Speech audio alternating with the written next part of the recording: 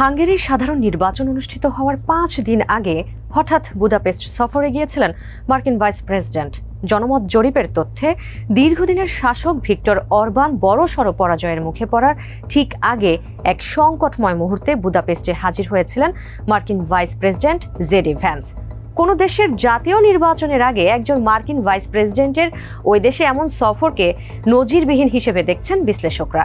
কিন্তু প্রশ্ন উঠেছে, এই সফর কি কেবলই বন্ধুত্বের নিদর্শন, নাকি হাঙ্গেরির অভ্যন্তরীণ রাজনীতিতে সরাসরি হস্তক্ষেপ?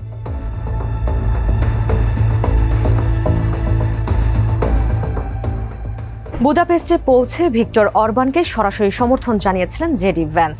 তার মতে অরবান সরকার চমৎকার কাজ করেছে এবং তারা শান্তির জন্য গুরুত্বপূর্ণ অংশীদার হতে পারে।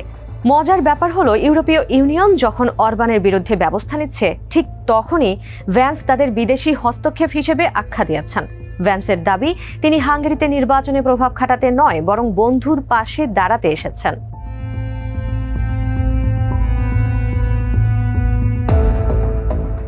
কিন্তু ভ্যান্সের এই সফরকে মোটেও স্বাভাবিকভাবে নিচ্ছিল না হাঙ্গেরির বিরোধী দলগুলো। বিরোধী জোট তিসজার নেতা পিটার মাগআর কড়া ভাষায় জানিয়ে দিয়েছিলেন, হাঙ্গেরির ইতিহাস ওয়াশিংটন, মস্কো বা ব্রাসেলসে লেখা হবে না, এটি নির্ধারিত হবে হাঙ্গেরির রাজপথে। পাশাপাশি জার্মানি এবং ইউরোপীয় ইউনিয়নের পক্ষ থেকেও এই সফরের সমালোচনা করা হয়েছিল। তাদের মতে, ভ্যান্স নিজেই যখন নির্বাচনী প্রচারণার মাঠে উপস্থিত ছিল, তখন ইইউর বিরুদ্ধে হস্তক্ষেপের অভিযোগ তোলাটা বেশ পরিহাসের।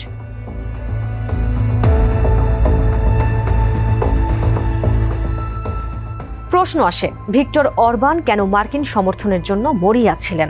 জনমত জরিপে দেখা যায়, দুর্নীতির অভিযোগে এবং ভঙ্গুর জনসেবার কারণে তার জনপ্রিয়তা ছিল তলানিতে। অন্যদিকে ইউক্রেন যুদ্ধ নিয়ে অরবানের অবস্থান পশ্চিমা বিশ্বের অধিকাংশ দেশের বিপরীত। তিনি ইউক্রেনকে অস্ত্র বা আর্থিক সাহায্য দিতে অস্বীকার করেছিলেন এবং রাশিয়ার সাথে ঘনিষ্ঠতা বজায় রেখেছিলেন।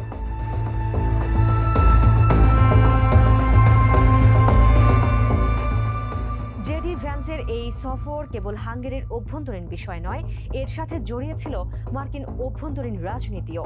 অরবানের অনুদার গণতন্ত্রের মডেল মার্কিন মাগা আন্দোলনের কাছে বেশ জনপ্রিয়।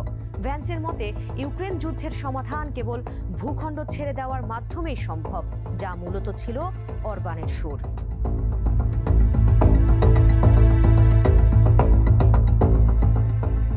তবে বিদেশি নির্বাচনে প্রভাবশালী নেতাদের এমন উপস্থিতি বা মন্তব্য এবারই প্রথম নয়। এর আগেও বিভিন্ন দেশের রাষ্ট্রপ্রধানরা বিদেশের মাটিতে নির্বাচনী প্রচারে জড়িয়ে বিতর্কের জন্ম দিয়েছেন। 2019 সালের কানাডীয় নির্বাচনে তৎকালীন প্রেসিডেন্ট বারাক ওবামা জাস্টিন ট্রুডোকে পুনর্নির্বাচিত করার সরাসরি আহ্বান জানিয়েছিলেন।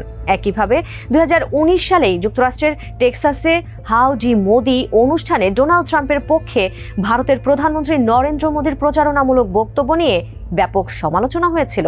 ভারতের বিরোধী দলগুলো তখন অভিযোগ করেছিল, অন্য দেশের অভ্যন্তরীণ নির্বাচনে এভাবে সক্রিয় অংশগ্রহণ ভারতের দীর্ঘদিনের নিরপেক্ষ পররাষ্ট্রনীতির পরিপন্থী। এবার হাঙ্গেরির নির্বাচনী প্রচারণায় জেডি ভ্যান্সের অংশগ্রহণ এই বিতর্ককে নতুন করে উস্কে দিয়েছে।